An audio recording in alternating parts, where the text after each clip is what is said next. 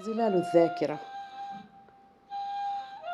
سأرسم ظلي وأنا واقفة على حافة النهر،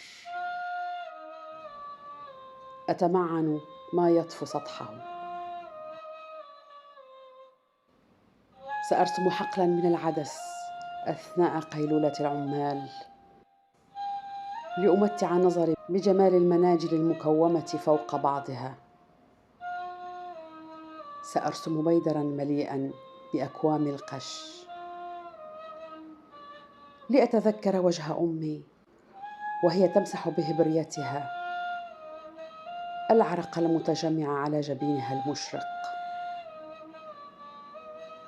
سأرسم امرأة ترابية اللون، لتكون صرخة على جدار مهدم لم يبق منه إلا ظلها.